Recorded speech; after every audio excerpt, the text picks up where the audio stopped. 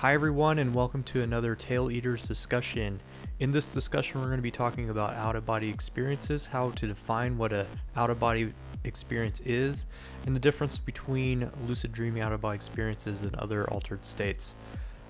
This is kind of a roundtable type discussion, so we have about 6 people that are experienced in these practices, and we talk about also some blockages that people have had and experiences that they've had, and how to kind of get past those things.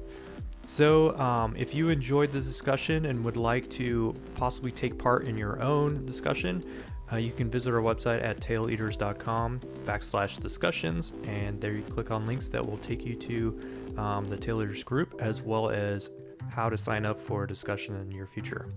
So without further ado, let's get to the discussion.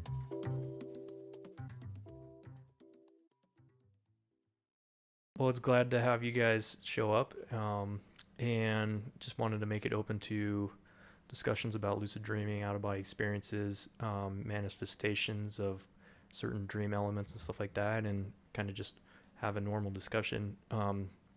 Haven't done this large of a group before, so if you have something to say, like say something and then kind of pause so somebody else can kind of, feed into what you're saying versus just continuing, what you're saying. So, yeah. Other than that, I think hopefully it'll go smoothly that way. Or you can send a chat message saying like you want to talk, and I'll make sure to call you out and say, hey, whatever. So I'm kind of acting moderator, I guess, in a way. But yeah. So Hi, Lee and hey. Mike and Andrew. Hi. How are you? So yeah. I mean, what what drove you guys, like I know Brian, he responds a lot in phase evolution as well as the tail leaders group about he's really into certain aspects of out of body experiences and defining certain things, stuff like that, and it's been a big conversation lately. So what do you guys, what's some of your experiences and what's some of your definitions, I guess, of like what the different aspects of lucid dreaming, out of body experiences, astral projection, because that's kind of seems like what I'm kind of into right now is trying to go back and define these things again so everyone kind of understands, like this is what we're talking about. You have something to say about that, Brian? This could lead on to a full-on debate. The whole lucid dreaming versus astral projection thing, Yeah. like that could go on forever. We've seen the threads on that. Oh yeah. We'll But keep it short, man. Keep it short. basically, I'm always going to try to refer to my experiences as out-of-body experiences, perhaps. And I'm using that in the most general sense. It's just a sensation of being out of body rather than the assumption that I'm actually somewhere out of body in a spiritual body of some sort. And I also tend to use the word phase perhaps every now and then. That certainly helps. Some people are against the umbrella terms, but honestly, in a chat or a conversation like this could be posted online. It's best not to have all these assumptions that people are probably not going to agree with, especially in the chat. Yeah. Well, that's good. That's good. Yeah. What about everyone else? What do you guys think? I don't. I'm not going to disagree with anyone because I feel like we all look at life through and our experiences through our own filter. And so, if you see an OBE as a dream, then that's how you see it. I don't disagree. Just how I see it and how I experience it is how I do. So I wouldn't disagree or tell you you're wrong. So I'm open to talk about whatever. And I mean, I can say I could probably go on with agree with a lot of the things that you say. I would also say that for me, there's a big difference between some of that, the Mm-hmm. dreams and the lucid dreams and the OBs. So I'm interested to hear what you guys have to say. I'm not closed-minded about it Oh at all. yeah, So yeah. yeah, I'm not going to debate anybody. Yeah, I'm I going to share. understand. Yeah. Seems like we're pretty good at not debating with people and kind of keeping an open mind. I think. Well, the kind of the point is that we're all on a journey, right? Yeah. And we're all self-discovery, exploring our consciousness. I don't know if anyone has to be right. Right. I Yeah. mean, does anybody really know? And it seems like a lot of people are trying to be right, like writing Yeah. books about the subject and stuff like that. It kind of um, And another thing that I've been thinking about lately is defining these things may actually cause people to only have certain types of experiences. So, like recently, um, I haven't had lucid dreams for quite a while now, oddly enough, or what you typically describe as out of body experiences. But I'm having like super emotional, intense dreams, and Yeah. from that, I'm getting like a lot of information versus like these what I would consider like deeper aspects of the consciousness that generally I'm trying to get to, but just like letting the dream kind of like manifest its own like content without trying to like force an experience. I'm getting a lot out of that I typically wouldn't. Like a multidimensional experience in the dream state that you're not conscious of leaving your body, but it's as profound as an OBE, basically. Yeah, like very emotional content, like healing stuff happening. Like I've had some past traumatic experiences through military and stuff like that. So I'm revisiting a lot of that stuff now for some reason, and like kind of having like a hug with like the experience in a way, and it's really kind of made it a lot a healing experience. And hopefully, those dreams won't continue because of that. But well, I guess we'll have to see. What about you, Andrew? What do you what's kind of your views on the subject? Well, I was I was headed toward becoming a strict materialist until I read Journeys Out of the Body, and that book made me just think.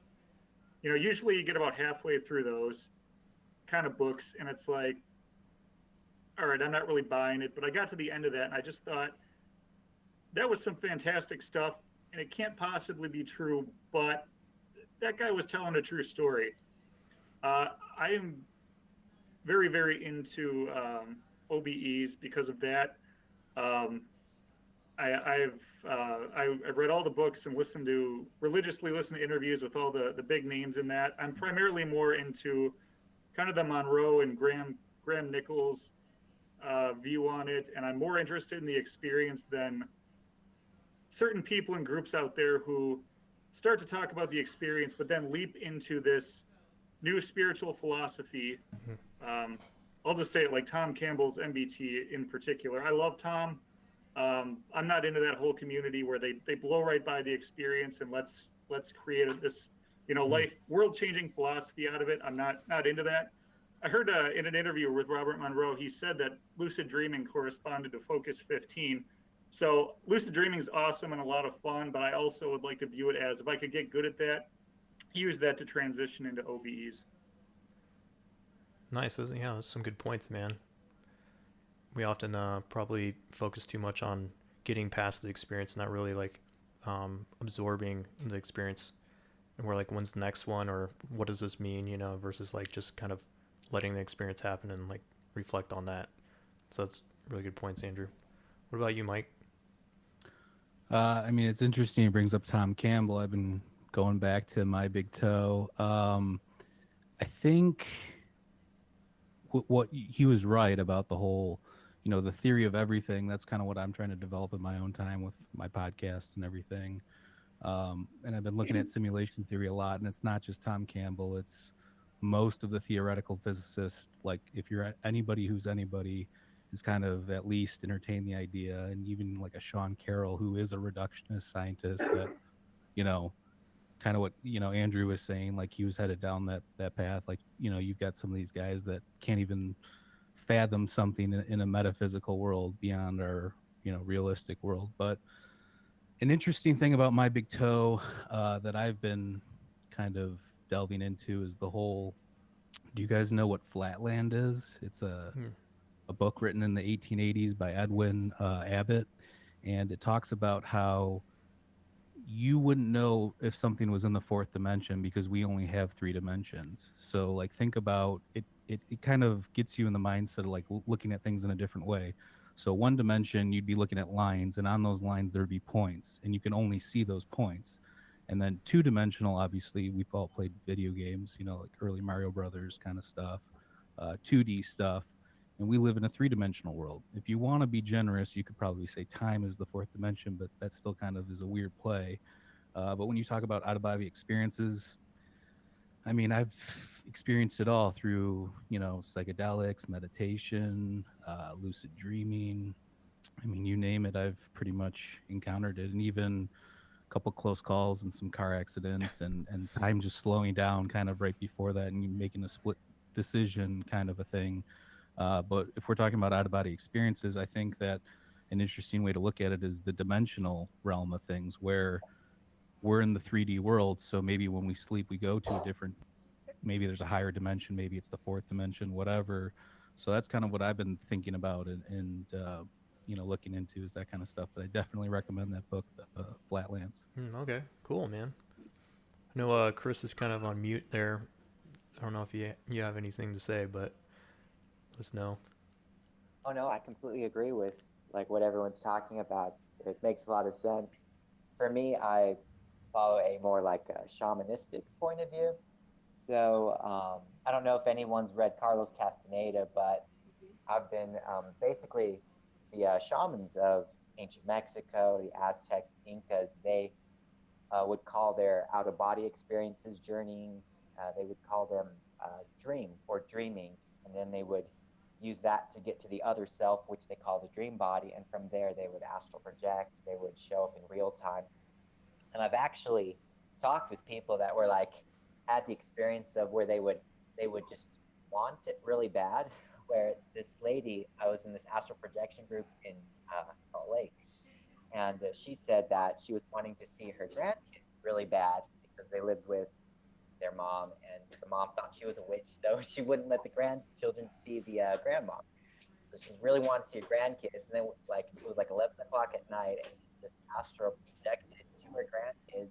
They literally saw her like in the house, and she like had a full-on conversation with them in her astral body, and then she got sucked back to her body. But it was like completely interesting, like the powers that we have that I guess we just need to unlock with wanting it, or focusing on it, or even believing that it's possible. Yeah, that's a good point, man. I mean, a lot of stuff that I've been focusing on recently too is a shamanistic type of initiation through dream experiences. Like a lot of people will talk about the psychedelic experiences with shamanistic type practices, but what they really don't talk about is the actual dreams behind it. So often they're actually having dreams versus psychedelic experiences, and they're going into like another world, which we typically would call like an out of body experience, and they call it like underworlding, or going to like a, usually they go under the ground or something like that, and then they have these experiences, and then they bring back information and help people heal. So that's kind of what I've been into as well.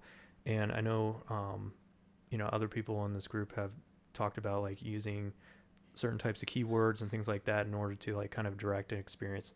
So what are people kind of in this in the discussion here, what are they really focused on? What are we focused on when we have these experiences? What's the goal behind it for people?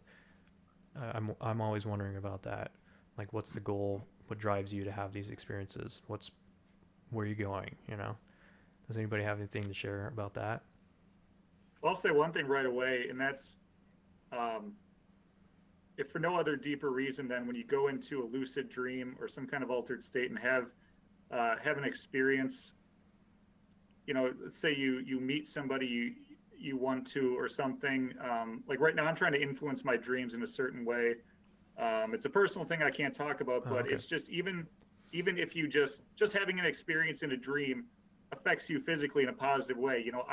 Maybe it's not the same for everyone, but for me, I wake up feeling great. It's a feeling that lasts all day. So if no other reason, it's just a way to make my waking life better by actually creating a good physical feeling from experiences in the non-physical. That makes sense, man. But for me, like Andrew said, I start to feel like I'm claustrophobic in my own body, like after a few days or 8 days of not going out. I start to feel like I need that energy release. And then I'm so happy afterwards. I don't feel drained. I don't care if it's a 5 minute, if it's 30 seconds, or if it's a half an hour. It feels like home to me. And I will say one more thing about dreams. And I actually was talking about this with someone else really quick. Do you mind if No, or do you want to go yeah, on? you Okay. can go on a rant. That's cool. There are dreams, and I know that it's funny, since that conversation I know Brian is talking about, where I said that speaker didn't resonate with me, I didn't even listen to the whole thing. But thinking about it, the reason why in the beginning I would say that it was so different for me for dreams was because in the beginning, dreams to me were subconscious workings through like your fears, the quick ones, like my high school teacher, when I was, how to set the alarm for 3 a.m. for a week to know where we were subconsciously. It was the end of the school year and they were all me crying at the end of the year because my friends were gone. So to me, like, it was always the subconscious dreams. Now, I will say that some of the most profound dreams I've ever had were as clear as an OBE, and I had the same guides that I see out of body. So they're communicating. So in a way, now another thing is I've been out of body and I have seen sleepers. I've seen sleepers in the environment. They're not conscious that they're there. So I do agree that there is, so basically the question is, what is a dream, right? Yeah. It's not, because of what it does is it makes it sounds like you're taking away, if you told the regular person who's never experienced this, what they're experiencing is a dream, then it takes just profound conscious leaving your body as you awake, as you're actually exiting, or you feel you're going to focus of your nether energy body, whatever, you know what I'm saying, Yeah. with that feeling. And it just takes it to a level that I went to sleep and I think this is all a dream. I mean, Right. that's what the thing, but I do understand that there are, like, what is a dream then? Maybe it's just a smaller conscious level of different levels of your consciousness, or a different level of an OBE. That I can totally, it sounds better to me, I guess. It's not that I disagree with anyone. It's that I can't compare going to the same place consciously out of body 10 times in a row, because I've demanded to go there wide awake. Yeah. That's the same as when I wake up dreaming about being in a new house and I just explored a brand new room that's part of myself. Do you know what I mean? Like, Yeah, I mean, totally. or I'm a photographer. So a dream that I had is that I am shooting a wedding and the wedding starts in 5 minutes and my camera is 3 blocks away and I have to go get it. Like, that's my brain working out stress. So anyways, that's why. And I just wanted Brian to know that, because I don't disagree with that at all. You know what I mean? And that's sort of off topic, but I just No, wanted that's to cool. go back to it. Yeah. Do you have something to say about that, Brian? Only that I understand. Yeah. Okay. Yeah. I understand too. I think the biggest thing with like using words, like words define like our reality, and like people don't really understand the power of words and using words. Really, they generally make up, like today we make up a lot of definitions to define things to make it the way that we want it to be. It's like we believe it's more subjective than objective, but really words are the way that we communicate experiences with each other, regardless if it's like just simple words or to complex. So like defining those things is very important. So like understanding that like a typical dream, like there's the vast difference between, for me, there's a vast difference between an out of body experience and a normal dream. Defining that and explaining that experience to other people who have never had that experience before, that's incredibly hard. But like to you, somebody that has had this experience before, I say I've had an out of body experience, and we kind of like communicate some of those sensations that we've had in those, and then you can kind of verify that I've also had a similar experience. It may not be the same, but we can at least agree that we both had these experiences before. So in a way, it's a soft word, it's not really easy to define, but that's the only way we can communicate and define things and actually like make progress together by doing that, I think. So I think that's where you're kind of going with, with trying to express like the difference in between those. Is that accurate? Me or Brian? Yeah, you. Oh, yeah. I think, I guess now lately I've been actually thinking, just trying to understand then what really is a dream. Do you know what I mean? Like, because it's such a difference, but then I do know what you're talking about those one particular types that are just so amazing. So yeah, I guess I've never thought of it really as anything other than not a dream. Like, it was never a dream to me, but just putting together lately, like just some experiences that I would write down as important as an OBE. I would write them down because they were so profound and they were a dream. I wasn't conscious. We'll put it that way. I wasn't consciously there. but they were pretty amazing. You know what I mean? And they Yeah. were life changing. So, Definitely.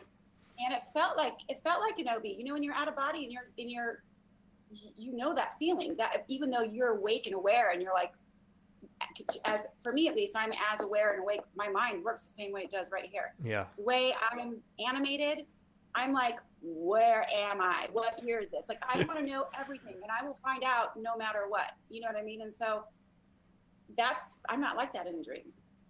Interesting. Yeah. But I mean, I love it. I mean, I will try to. I mean, I don't know. The dream thing's fascinating to me. So. but another aspect is I was in the military for a long time and I didn't talk to anybody about this stuff. So like you starting to open up, and this is the last year when I got out, so you starting to open up and actually communicate this stuff to people. I find it relieving to actually be able to be yourself, because this is like, some people have passions to travel, some people have passions to do other things in their life. This has always been my passion. I've just not been willing to talk to people about it. I've had to not kind of do that. So It's been lonely. I love that. I mean, I know that Brian's not showing his face, and I'm sure he has his reasons. And I see there's Chris on here. But the thing is that, like, I don't even post on the groups because I feel like someone's just, I don't know. I do, like, I would talk to you guys privately, and I talk to a lot of them. There's a lot of us out there.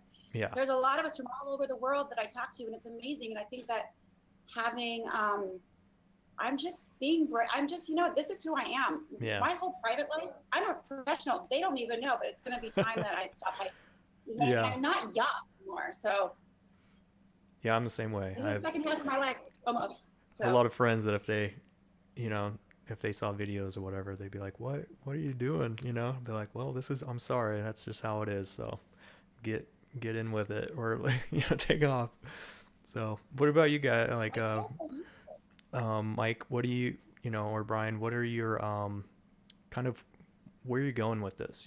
Like, what's this drive behind your exploration into the consciousness or into dreams and things like that? Where does that come from? I'm just trying to answer the questions in my mind. It's just like a big old dissonance in my brain. So it's always there until I get the questions answered. It's just like the underlying drive for everything. Some of these things are probably never going to be able to be answered so long as I'm human, but I'm okay with that. I have no problem like researching things and constantly trying to have experiences. I guess that's just part of life. That's a good answer. I mean, for me, just to touch on what she was saying, one of my good buddies we had on our podcast, I think it's Mike and Maurice Mind Escape, episode number 5. We talk about lucid dreams and REM cycle and stuff. We had my buddy Chris Emerson on, who studies Vedanta, and he's big into Eastern philosophy, and he's all about, they have the different, archetypes like the waker and all that kind of stuff. And he says they have a strict schedule from what his guru or teacher talks about, which is if you really want a lucid dream, you wake yourself up every 4 hours. And if you can do that like 3 or 4 times a night, and then during the daytime, you ask yourself the question, am I awake? So that kind of puts things in perspective with what she was kind of saying, to kind of get you into that whole mindset of that thinking. For me, like 3 or 4 months ago, I was listening to Joe Rogan podcast, and he had this neuroscientist who's a sleep expert on, Matthew Walker. And this guy was talking about all the endogenous chemicals that create dreaming and all the different stuff happening while you're sleeping. And he brought up a couple good points, like if you drink or if you smoke pot or vape or whatever before bed, you tend to not dream. Now, what happens is if you start doing that habitually enough over time, it'll bleed into the daytime. So for me, I kind of have insomnia, so sometimes I do smoke or vape at night or whatever, just to help myself sleep. Now, I got into that pattern for a long time. So what I found too is when I meditate during the daytime, I think I start to go into that realm or that place that you do go where you dream, because I don't do that at nighttime for the most part anymore. So, but I will say when I do have lucid dreams, it's like I'll get like 6 hours of sleep, wake up, get a glass of water, go to the bathroom, whatever. Then I'll go back to sleep, and then that's when I have my lucid dreams. Yeah, I mean, you may not be having lucid dreams or out of body experiences as much as some people maybe, but where obviously you're driven to explore these areas, and I guess that's my question is like, doesn't have to pertain to Well, like I lucid was dreaming, saying, I guess. this is all my theory of everything. I mean, I've studied ancient Egypt, ancient Sumer, you know, you name it. You know, like we're doing our episode tomorrow on our Yeah. podcast about Gobekli Tepe. I've, you know, like all this stuff, plant medicine. You know, we've had you on our podcast talking about plant medicine, like dreams, all that kind of stuff. It's definitely, I think, the last frontier in terms of, because it's all associated with consciousness, and we talked about that on your last group forum. What is consciousness? You know, it's your awareness. It's your awareness of your relationship to the universe. You know, so I mean, you know, that's kind of what I'm doing, just kind of trying to figure out my own theory of everything. Okay. What about you, Chris? You got something to share about that? Oh yeah. So You got a cat I was going on actually too. I was actually trying to get my computer to work here so that, because my phone, I don't know if it's not working very well, but yeah, I totally like resonate with. Oh, we lost him. Mm. Sounds like he said resonate with us. Oh, there you are. You're back. Okay. So basically, when I started dreaming and I started focusing on lucid dreaming and astral projection, I noticed that the experiences would jolt me out of my routines and out of who I was. They would always cause me to question things. And it also made me feel like there's more out there than what I can just perceive. So, you know, going into that a couple of years later and just practicing and finally being able to lucid dream by just practice. I use the same method that a lot of people use, which is basically you just set an alarm clock every hour of the night, sleep 10 hours, but wake up every hour, every 30 minutes until you spontaneously lucid dream or have an out of body experience. And from there, you just practice techniques of journeying, remembering, memory recall, and then as you do that, it starts to become easier and easier to link to the other side, basically. Some people call it like bilocation, but it's almost like you can feel your dream body already existing in another place. And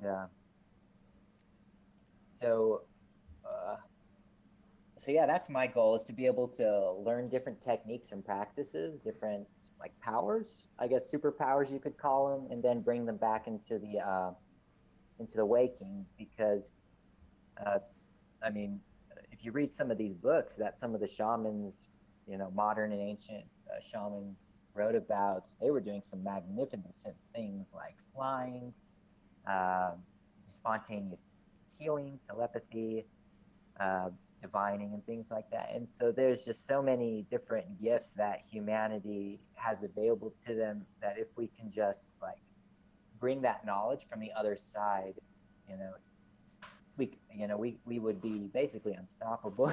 Yeah. We would be a lot more happier, and you know, we would find a little bit more purpose to our life, or we would find out who we are. Because I think a lot of times dreaming's all about waking ourselves up and remembering like who we are before we even were born. Because I don't know, to me it's just weird that, you know, everything would just be a blank, you know, Yeah. when We have the cosmic amnesia.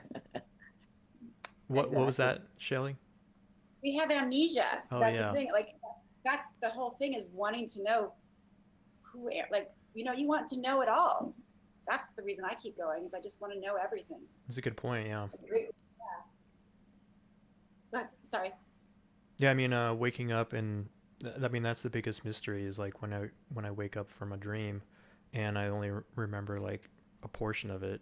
I'm like, well, where'd the rest of it go? You know, like it's in there somewhere. Generally, like later in the day, I might remember more of it, even if something triggers it. But you know, it's like, oh, it's all in there somewhere. So, how much can you actually recall? You know? Some dreams are just blocked. Like there's just, you can't get to it. You felt it. You felt that something, you know, that you were somewhere, but just not even a little tiny bit can come out. Those are the kind that are so frustrating. You can't even pull a little bit, Yeah. but you just feel that you came back from somewhere. That's interesting. Yeah. Like, remember posting before about having dreams where specific parts in the dream, like I'll have a consciousness awareness in it. This is like a typical out of body experience too, where I will remember before and after, but there's like a portion of it for some reason it's completely blocked, and I have like full awareness during the whole process. So like it's interesting that there's an aspect of the part in the dream where it's actually completely blocked out. Like it's saying I can't remember that. You know, like something in there is not for me to actually recall. I think that's weird. I know. That could be you touching it, touching some sort of, you know, like if you believe there's a metaphysical realm, then maybe there's something to that in terms of not being able to, or you're not supposed to see stuff because you're not supposed to understand yet, or maybe like we were talking about the dimension thing, maybe you just can't see that part of it because you're in another dimension then, but then when you remember it, you're in this reality. You get what I'm saying? Yeah, that's a good point. I mean, generally when I have those experiences, it's like I'll have sleep paralysis at that specific point, and I'll be trying to talk to like, you know, the bad entities or whatever people see, and I'm trying to communicate and figure out what the hell they're there for. You know, like what is this thing? And for some reason, I can't remember what they're saying. Like I can remember everything else, but I can't remember. It's like the communication is completely blocked out. Like you know, it's like a different dimension, like you're talking about. Hey Lee, I basically never hear those like negative entities or whatever around me when I'm in sleep paralysis. Like they literally don't speak, and I'll try to speak to them, but they literally almost never say anything. I can't recall an occasion where I've made out where they've said something. Yeah, But I mean, Talking I'm about sure it the happened. the scaries and sleep paralysis, like the typical yeah, scaries. I've still some women like I've had some that look more human have spoken to me, but never like the like scary, I guess. yeah. That's a good point. I've never Yeah.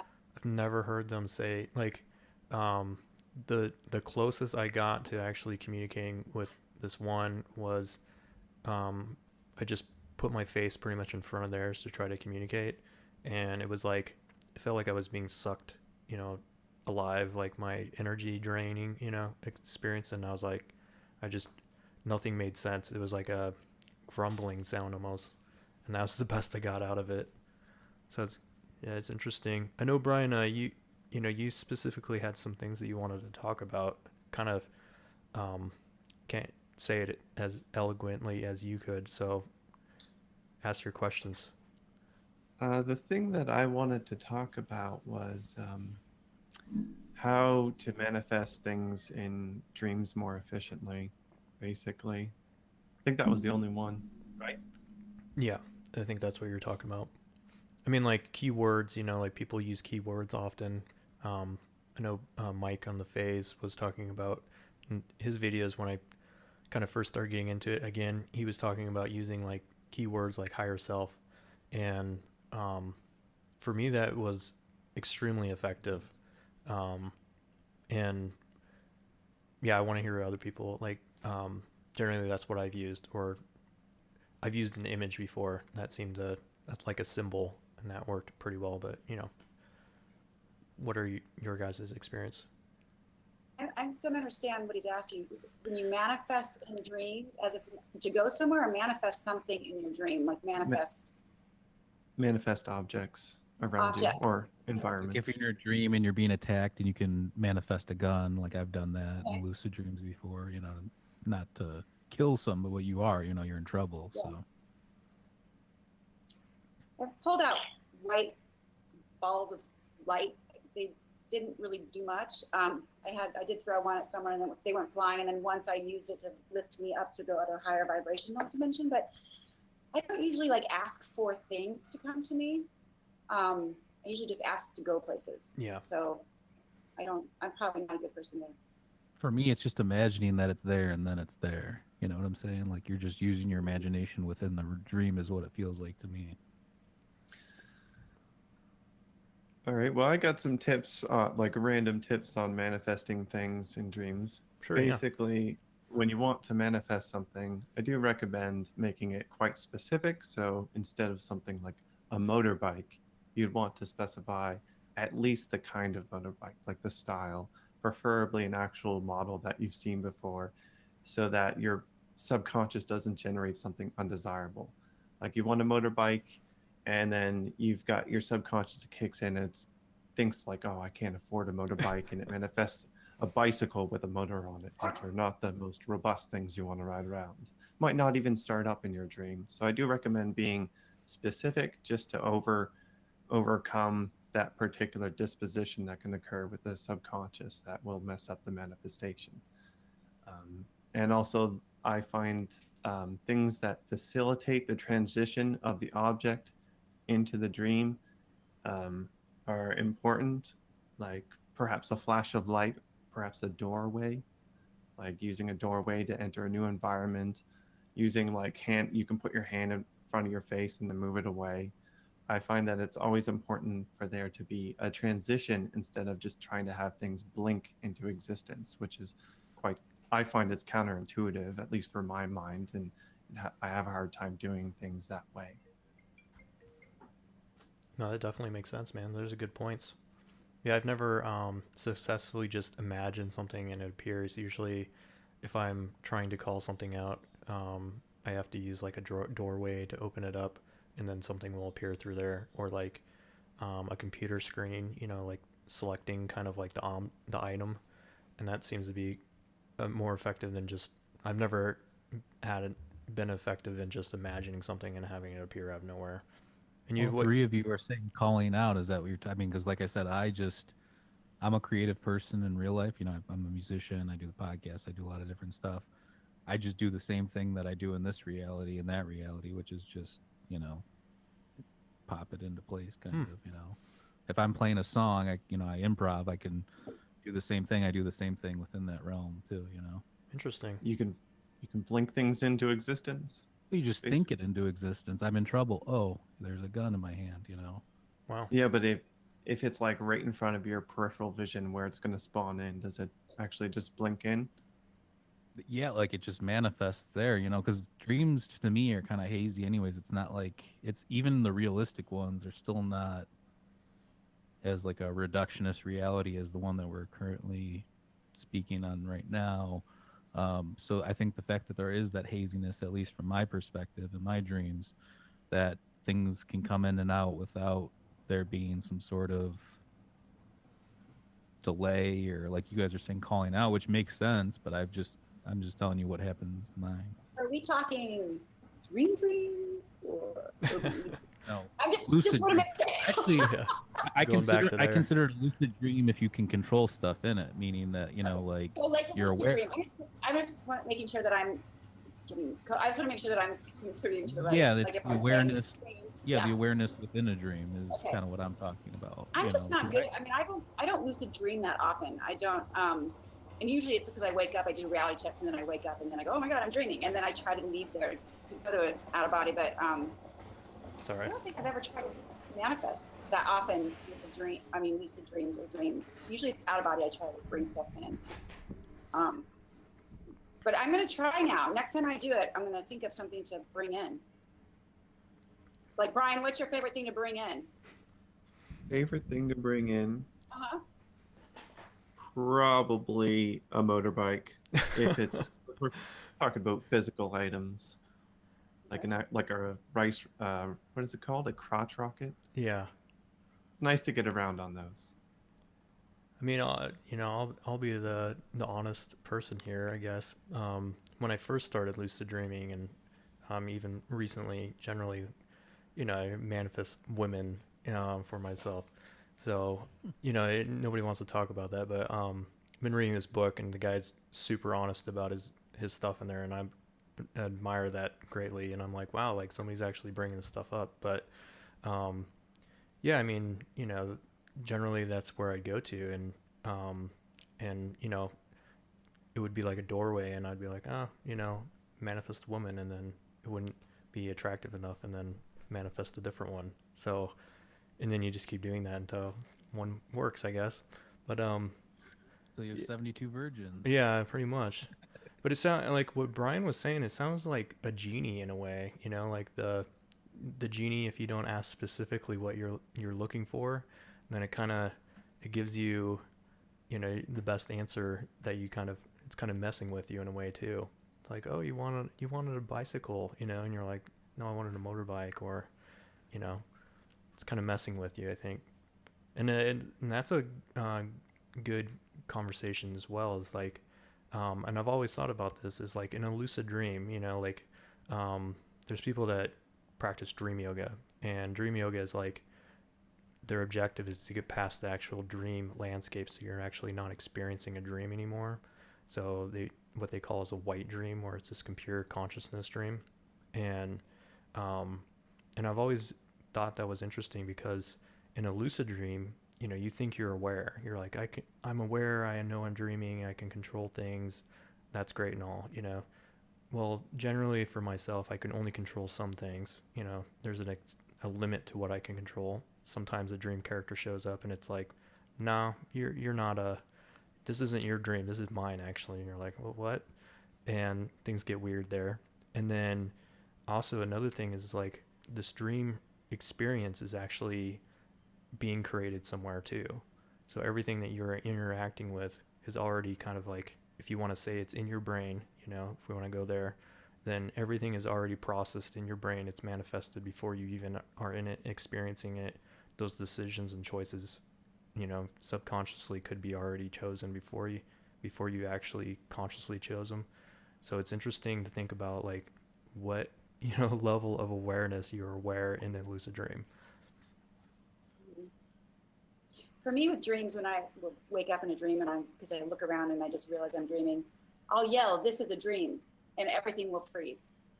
And then there'll be some people that kind of still, and those are the ones I'm interested in, because I wonder, they're almost not part of the whole dream character that's in this dream. A lot of times they'll either all disappear, or then I'll be interacting with a couple. Then I usually will start vibrating, at least in bed I feel it, and I'll usually go up to the center. There's times that I decide to have fun and play, and the dream characters are still there, but some seem like they're sleeping. Some, they kind of come and go, but some are, they just stick around, but some, I don't know. So, Yeah. It's confusing. yeah, it is confusing. It's confusing because if I'm somewhere in a higher energy body, and even if I want that person to leave, I'm in an environment they're just going to be like, you leave. You know what I mean? So Yeah. Can't make them disappear. I don't know. So that's a big difference for me is, or, in a lucid dream, you're running and you see a big, beautiful building, and then all of a sudden it falls down, then you turn around and it's back up. Yeah. And it's, a lot of times in a projection where you are, it's not a place that I can go that I can actually change it. It's not going to one of my personal Right. projections, personal space for me. Yeah, that's where and that's where an out of body experience seems to be different for me as well. Mm-hmm. I can't control, like I can maybe control where I'm going, or maybe at that point, but generally it's kind of like I'm just an observer, having the experience. I'm observing things happening versus like, which is a lot like a dream, but I'm aware. So it's interesting. Did you have something to say, Andrew? I noticed you were almost going in there. Yeah, it seems like though I can never manipulate the world itself in lucid dreams.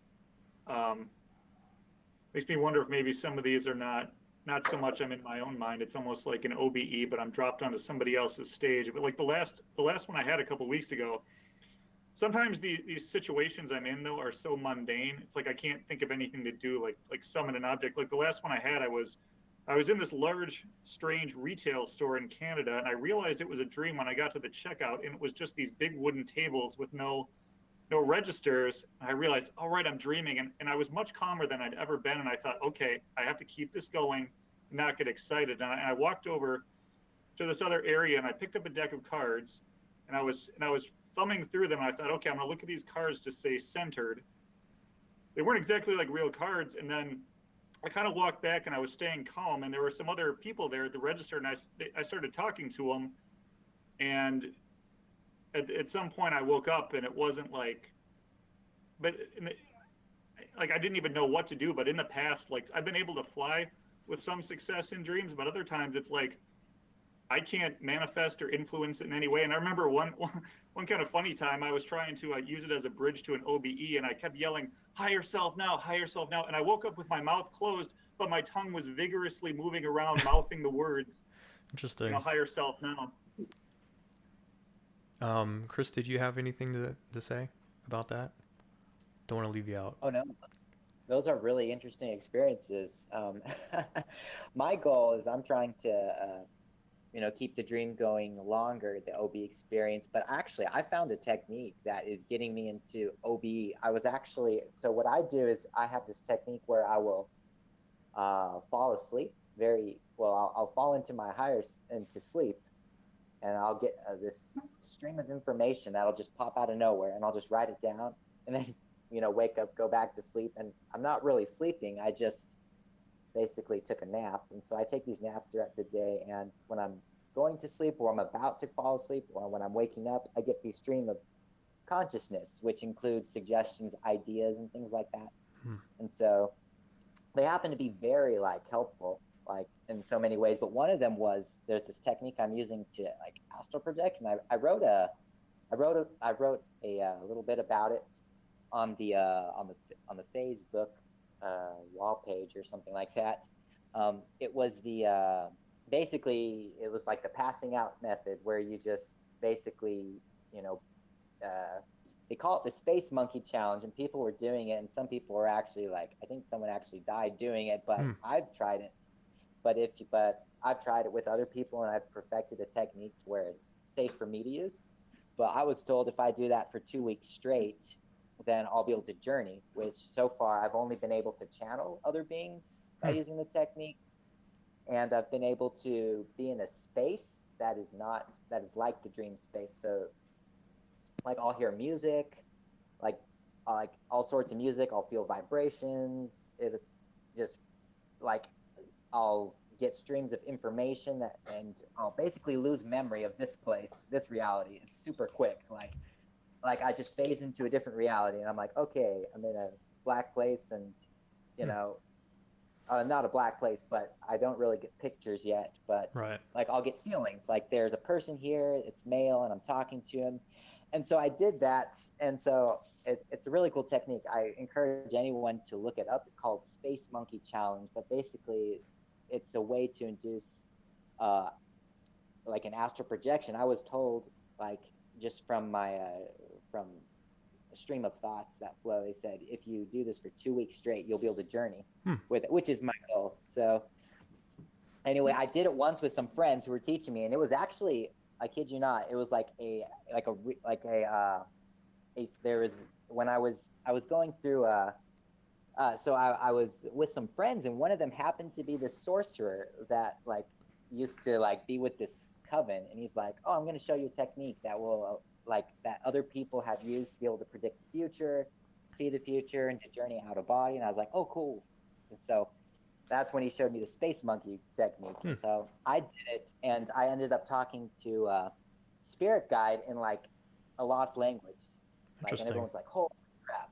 It was pretty cool. But anyway, I just thought I would bring that out there, because these OBEs, if people actually start seriously using them, holy crap, your future self will start talking to you. You'll start visiting your past self. You'll start going to other planets. It's just and then some people can bring different powers back. They did this study and found that people that use dreaming to heal themselves, exponentially heal themselves of certain problems. They find out what's wrong with them. I noticed ever since I started using that technique to OBE, it's been a lot easier. It's super advanced. I encourage anyone to. I'll have to look it up, man. Yeah, I'll definitely look it up and share it. Space Monkey Challenge. Yeah.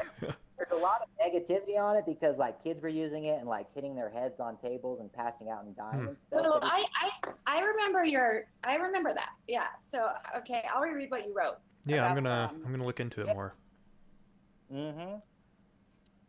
That's interesting. But I love your guys' comments. You guys, this is awesome. Well, I know. I don't remember. I remember other people's comments. I remember people had commented on it, but I don't remember everything about it. But I think you you hit yourself until you pass out, or something Well, like that? it's super easy. So what I do is I lean against a wall so that if I do pass out, I fall against the wall. So it's a corner. So I go against a corner in my room and I put my bed out to catch me if I fall forward.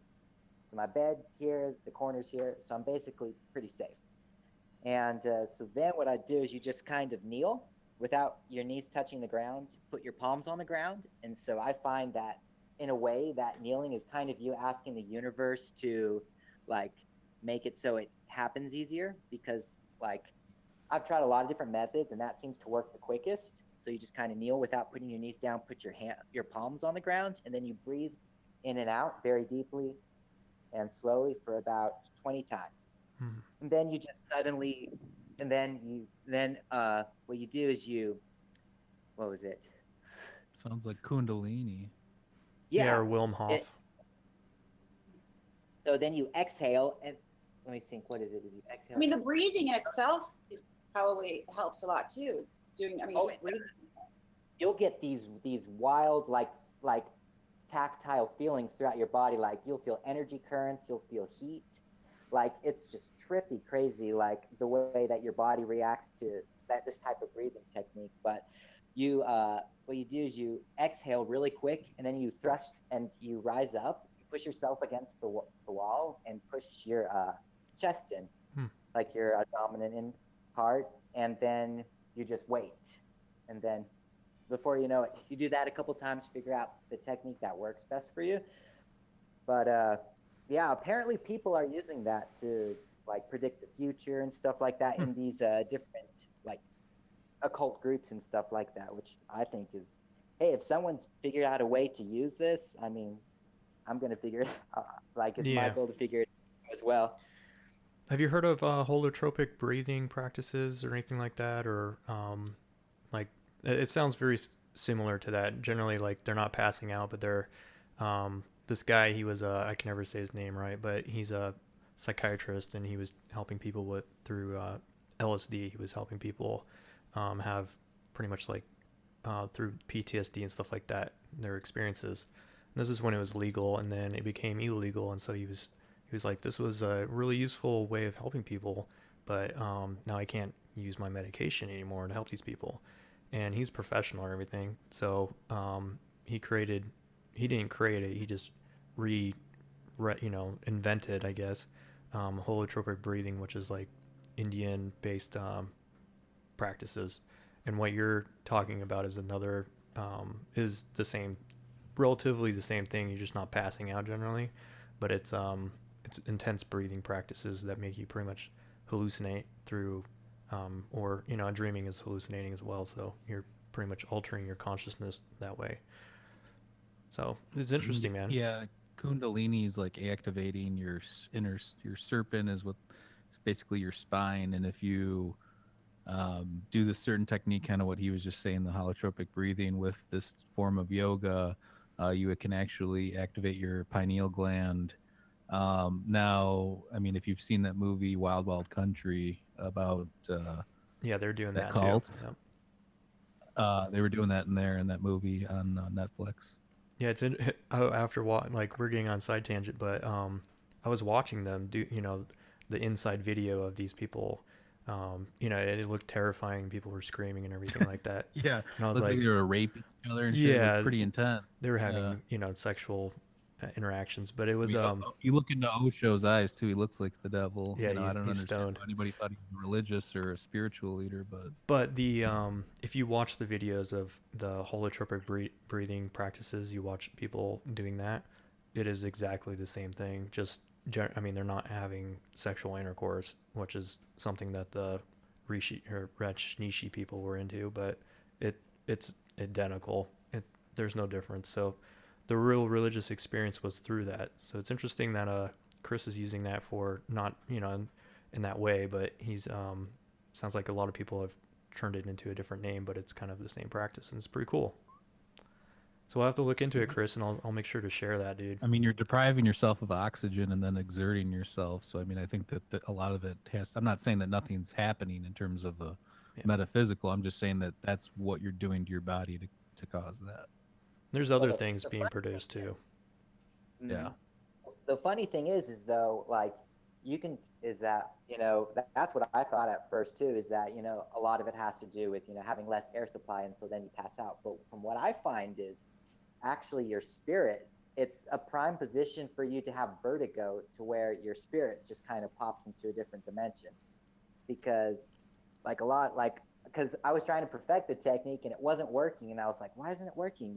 I'm cutting off the air supplies, so I should be passing out any moment. It wasn't working, so I realized it was actually the rocking movement, with the feeling of vertigo. And then I guess I have to say the spirit takes you.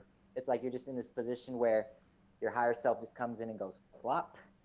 Yeah. Because it's just because like I'll be breathing during it. Like I've got to the point where like I can do this technique and then still be breathing while it's going on. And so I just think that's another altered state of consciousness, though. I think what you're doing is you're just, like let's say you're a boxer and you get knocked out, you're unconscious. Well, you might be in some sort of alternate state of consciousness. I just think that that's what you're inducing, similar to dreaming or whatever. You're just inducing that through a different manifestation. Oh yeah, definitely. I mean, they're all the same. It's all the same place, man. They're all Right. going to the same place. And I mean, what you said about the lack of oxygen. I mean, that's obviously like people will claim that holotropic breathing is the lack of oxygen, but it's actually there's other chemicals being produced in the lungs that have been linked to producing like near-death experiences and stuff like that.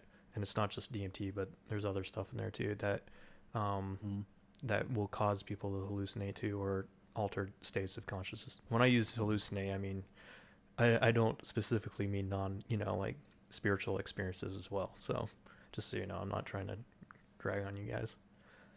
But I mean we got about an hour here, but I wanted to ask one more question for you guys, and if you guys have a little bit more time, and that was through your journey, have you come up to any points in your journey where you feel like you've had some type of blockage or something like that you're trying to work through?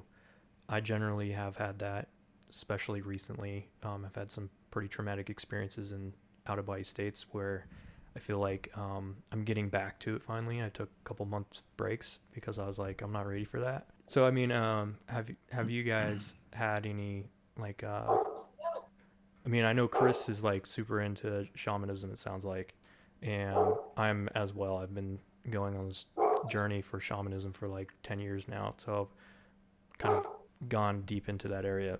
And through that process, I've come to the point where I'm like, um, I didn't know if I was ready for the experiences or not. So I'm wondering if any other people have had similar experiences, or they're working through those, or if that's what they're searching for is like some type of, you know, it's kind of like a challenge. I feel like maybe I've failed some of my challenges, but through that I've learned a lot. But you know what I mean? I think everyone gets what I'm talking about. Mike, Writer's block. Yeah, with Writer's block, right? I mean, I know it because like I said, I play instruments and I, do a lot of research and studying and writing myself. I noticed, this is gonna sound cheesy, but when I try and live my life, like if you've ever read anything about like Jesus and the way he lived his life, when I try and live my life in terms of that and not satiate myself and I mean, live your life, have fun, but don't over satiate in different desires and different things. And you're a good person and you're creating good energy around you, and you're going out of your way to help people, that kind of stuff. I feel like a lot more synchronicities happen, and when synchronicities happen, it tends to manifest itself through when I'm learning some new knowledge or reading a book or writing something, or I have these epiphanies. So I do hit roadblocks or plateaus, but then I just try. Know that about it, so then I just try and jump back into what I just said, and it's almost like a flow state.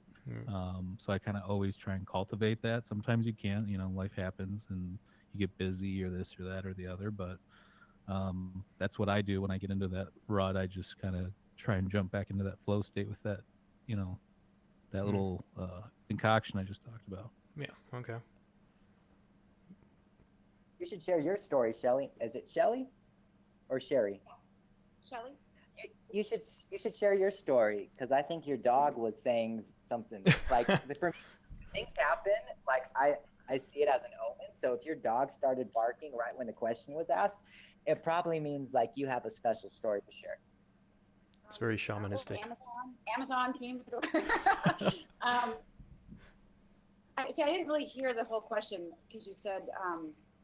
So I mean, I You didn't said- really explain it very well, I guess. So like, I'll explain short as possible an experience I had, and then. And my stories are way too long. No, it's cool.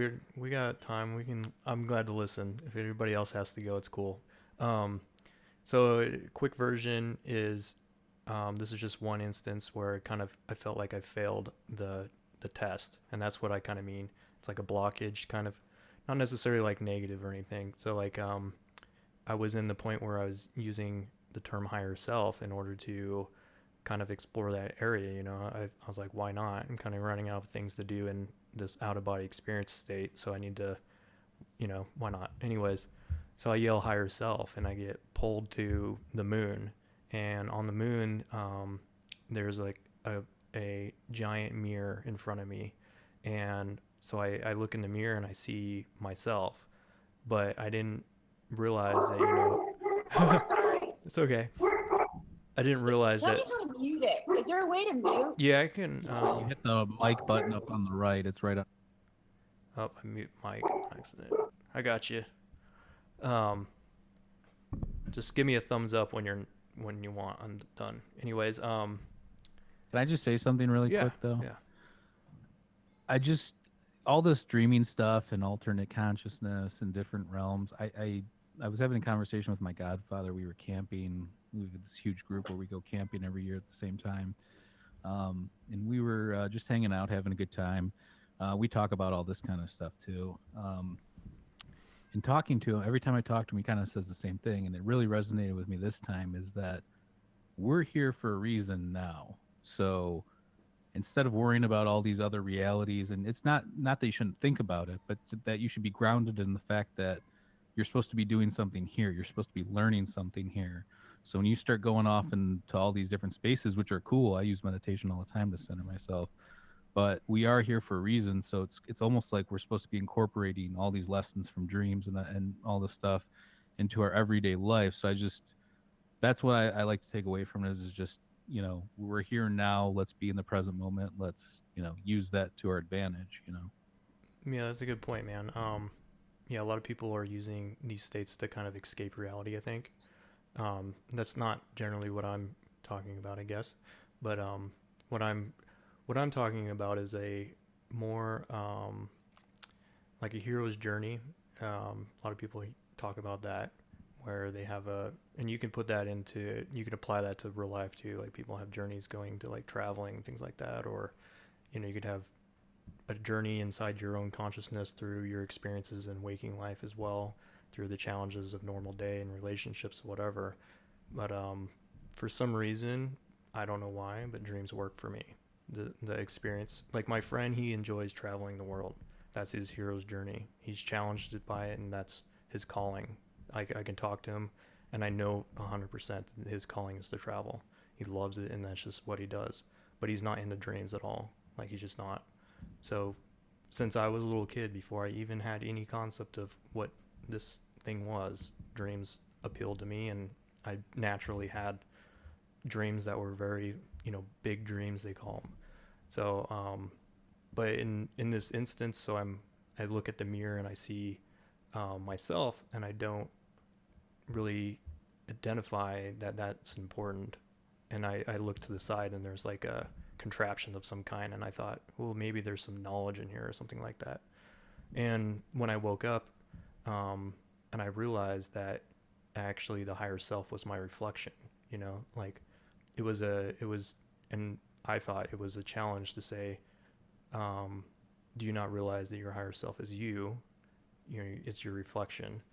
So I felt like I missed out in a way. But I mean, through that lesson, now I can take another step forward to realize that I'm actually my higher self. And that's kind of where I'm going at, is like, have other people had these challenges and stuff.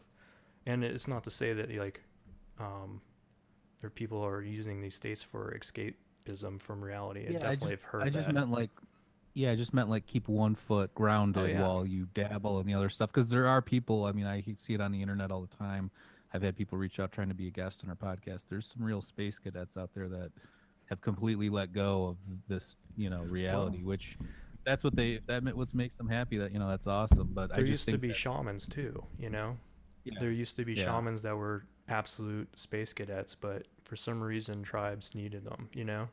And Well, even a lot of the shamans are like the ones that do San Pedro and all that oh stuff. man, I've met They some they crazy do it every shamans. night. They do it every night, but they don't do enough to get blasted. Like they don't. Dude, I mean, I'm sure there are some, but I mean, like for instance, you watch like Hamilton's Pharmacopoeia, and you see these guys. They understand that this is a powerful thing, and they don't do it in excess because they don't want to get so far under its spell that what are you even doing anymore? So that's all I was. Just yeah, trying that to makes say. sense. Yeah, but I mean, like, do other people have those kind of experiences where they're challenged and then they feel like they failed a test or they're learning through it or what? When I started going out, it was spontaneous, and the vibrations happened to me. I never tried, and it's kind of interesting because it would happen and then happen. And when I say spontaneous, I would just roll out of body and not know that I was out of body, and I'd be like, oh, there's no digital. Oh, and then I, would do this for years until I finally was like, I'm going to do this on my own. This is something I'm going to conquer. So then I would, try and then lose interest, and then all of a sudden, a spontaneous would come and bring me back in. And when I finally started going out on my own is when I had my challenge of the dark night, like when I was seeing the scaries. That was my sleep paralysis. Mm-hmm. Almost every night I would come out and there would be something there. That was like the most beautiful thing that I've ever experienced, because I didn't know. At that time, I had no idea. There was no one to talk to. There was no internet. There was not Facebook. There was, I just thought it was happening. I thought it was actually real. Because a lot of times they would be men or women, different countries. They would just be going through my stuff. I would be half in, half out. I could only move half. I would always fight them. I would punch them. I would beat them, basically, always. And shadow man on top of me, pinning me back down. So many things, hags. And finally I started going, oh my God, like, bring it on. I'm okay every day. I'm fine. This is fun. So then I started going out and I started to sort of like communicate with them. One was kind of scary because there was a man going through my stuff, and I thought he was really next to my bed, and he's right there next to me. And I'm like, oh my God, what are you doing here? Like, I seriously thought there was someone there. And he's like, oh, that's what they all say when they first see me. And then he looks down at my chest and he has a smirk, and I just punch him in the face. And then I start hitting him, and then, whatever. So then I started realizing, okay, who is that? Like, why am I seeing this then? Why am I seeing these things? Why am I seeing hags and shadows and things going across the ceiling? And so then I started to keep doing it. And then finally I started like telling them I love them, or trying to touch them and tell them they were pretty. And they started to sort of morph a little bit and kind of back up a little bit. And then I would come back, and then, it started to go on. And finally there was a man next to my bed, and I'm like, I'm not going to be afraid anymore. And he had on a prison uniform from like the old days, the stripes, and he had a noose around his neck. And I was just like, hi, I'm Shelly. And he was shocked.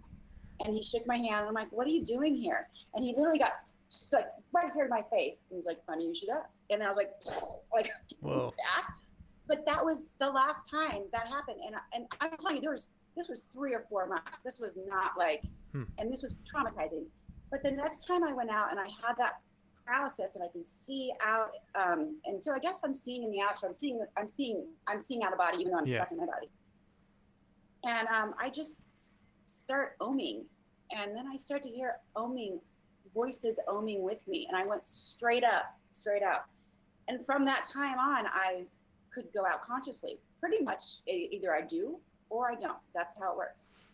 But the lessons keep coming. So then I didn't do very much. We'll just call it etheric. I know that's a big thing, but for me, I've had to map my experiences through the years, the closest to here where I'm not out. When I roll out of bed and I don't vibrate and I don't go out through here or here. So the lessons would keep coming where I would all of a sudden demand where I want to go when I go to the higher bodies, and somebody would grab me and take me down, and grab me and hijack it. And then I realized I don't have to ask to be taken somewhere. I can just be there.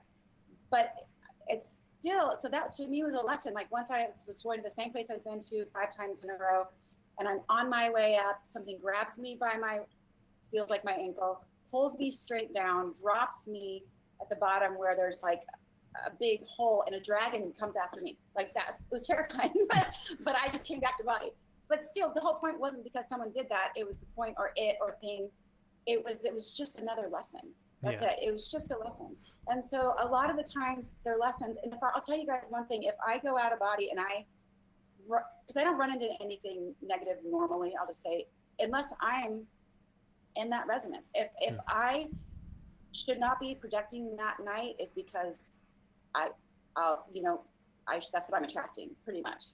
So my travels are usually pretty positive, and until days I shouldn't be going out, or if I have a drink, then Yeah. sometimes. Do you feel vodka or like something, you know what I mean? do you feel like it's translated into your real life as well? Like you overcoming this, I call them the dwellers. So overcoming the dweller effect, or the experience of that. Do you feel like you're overcoming things during your waking life as well? Like, I'll tell you the biggest thing that I think I've gained from this is that I can be a pretty private person. I've been on these boards and I don't post, and I keep this hidden from my professional life, and I will sometimes go somewhere and not speak to anybody, and I am here in this physical world. I won't talk to anyone. Not that I'm not wanting to, but I just go in my car, I do my thing, I'm back, unless I'm working or I'm working with people. But when I go out of body, I don't understand this. I want to know everything about you. I want to know where you're from, why you're there. Do we know each other? Do you know who I am? Do you know that I'm traveling? Do you know that you know what I mean? Like I want to just, if I love your energy, I'm going to make out with you. Whatever. Here, it's just, and then so I went to London in April, and I was there for about 10 days before we went to Amsterdam, and I started looking at people on the what's it called? Not the tram, but the underground, whatever. Subway. Subway, yeah, but the tube. And I look at all these people, and everyone's like this, and they're just looking down, and I start to realize, like, why am I closed off to this person when I would be seriously wanting to know everything about you out of body? So that's something that's wrong. That's not okay. Like that doesn't make sense to me. So I started looking at people differently. I started looking at people energetically the way I look at them out of body and the way they make me feel. You can tell if someone has good intentions immediately. You can tell if they're lying to you. For me, I can tell, how I feel when I see you. So now the biggest thing that's changed for me is trying to engage a little bit more and know that we're all on a journey, and they may not be on the other side or wherever they are, but they're here. They're right in front of me. So that's in itself a synchronicity at that moment. Just like if I'm out of body and I run into them. So that's something that is one of the biggest things that I've changed within myself. You could be manifesting that too, because you wanted that out of, like, the reason why you might be doing that in your lucid dreams or your sleep state is because you either can't or you feel like you shouldn't or whatever in this real world.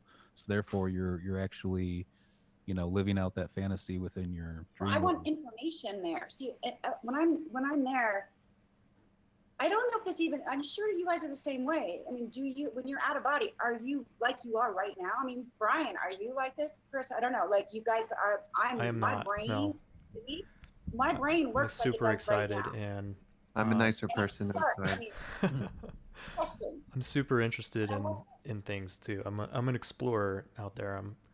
I'm kind of quiet though. I'm kind of hanging out with people, trying to like spy into their lives and figure out like what's going on, But generally, somebody will see me or something like that, and then I'll be like, "Oh, hey," I'll talk to them. But I'm actually probably more outgoing in real life than I am in that area. But I'm very courageous in that area. That's the biggest thing for me. When I first started I had these experiences. Are you looking for information on yourself though, or No? like you could, when you meditate, you can hit the Akashic if you know what you're doing. I'm not generally interested in what's happening around me. I'm more interested in like the experience and exploring and like I enjoy traveling in real life too. but nowhere on the same level as this. I enjoy learning about a culture when I'm in out of body experience. That's my thing. Like learning about their culture. That's really, it's like what is going on here? Who are these people? What are they? But like when not getting on my own tangent, but when I first had my first out of body experience, before I had that, I had sleep paralysis for months at a time, for no reason whatsoever. Never had it before. Never had it as bad ever since. But what I had to do is face the fear of in the sleep paralysis, and what I learned from that experience is that I had a power within me to overcome my own fears, and that transformed into waking reality, like big time in my life. That was the biggest transformation in my entire life, and it's like merging with the shadow, Carl Jung stuff, where it was 100% identical to his description, but it was actually like, it wasn't just symbolic, it actually happened, and that's weird. So It is facing yourself. It's facing yourself and facing your own fear, and once you do that, that's when you break through. Yeah, actually, I Consciousness. was talking to Robert Bruce, who's astrodynamics guy, and he listened to my story about sleep paralysis, and he said he 100% believed that was me actually trying to scare myself. But it's like a program, he said, to initiate yourself to start a journey, and that the test was actually overcoming the fear, and if you're ready for it, it'll continue to pretty much try to scare you to the point where you actually overcome it. So I resonated with that strongly. I was like, that made sense, man. So it was interesting. But does anybody else have any comments on there? I've the been wanting topic to of negative- answer. I'm sorry. We'll go with Andrew first. The topic of negative things has come up a few times, and earlier when Shelley was speaking, it reminded me, I've had one experience happen twice in the last year, and this is a very short story, but I found very little.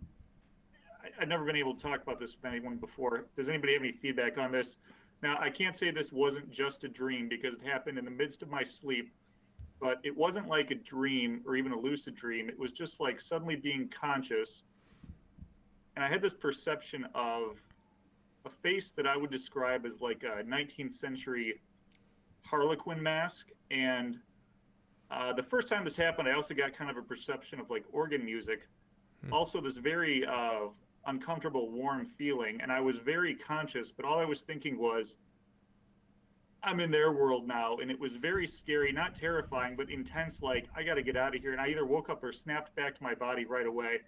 And that happened twice. And the other weird thing is I've had these other kind of mundane dreams where I'm in like kind of this parallel version of the city I live in, but I felt that same weird, intense, uncomfortable, warm feeling too. Is anybody have any thoughts on that? Never felt any warm sensation like, well, I have, but not from just separating from my body or something like that. I generally don't feel any heat. Is it a burning? Sometimes when I'm laying there meditating, I get really warm. I mean, but it's not very out. Usually, it's usually the times that I don't go out. Like it's been meditating for a while. So I mean, I bet like laying there, I get almost like hot flashes through my whole body. Is that what it feels like? Brian, did you have a thing? No, it's more kind of like being in a really uncomfortably warm house. I Googled it, kind of keywords relating to that, and the most I got was some repository of like Terence McKenna's type hyperdimensional information, which mentioned gesture figures. I don't know if that's related. The machine elves. I've definitely seen like gestures and those kind of things, in not only in out of body experiences, but psychedelics as well. But the heat change may be related to, generally, like when you have an altered state of consciousness, your heat will change, and it's a good indicator that you're getting close to that point. So like long-term meditation, I'll definitely feel like a heat change in my body, and that's usually a good indicator. Or I'll be sweating, things like that, like I think Shelley was saying. And maybe you're just hyper aware to that. That's the sensation of the warmth, and then the uncomfortable feeling maybe is like sleep paralysis with your amygdala is usually hyperactivated during sleep paralysis, which is your fear center, and that's generally why people like don't enjoy the experience. Like, I mean, I've seen things that aren't even terrifying in sleep paralysis and been absolutely terrified of them. You know, like a panda, I was terrified of it, and it was not doing anything bad. But that would be like Yeah, it was like I woke up and like I wasn't scared. I was just like, wow, that was an intense feeling. interesting. Yeah, you're probably That your body's close. communicating to you. Because when you're in the astrals, a lot of times you have this inner silence. At least I notice when I'm in the astrals, I don't have many memories of being back on Earth. I don't have anything going on. It's just very clear, very calm, very blank almost. But my body will communicate information to me while I'm in the astrals. It'll be like, oh, like I'll step into a room and it'll be like, oh crap, there's something here, even though I can't see it. Or it's just super hyped up psychic abilities, or I'll telepathically start getting communication.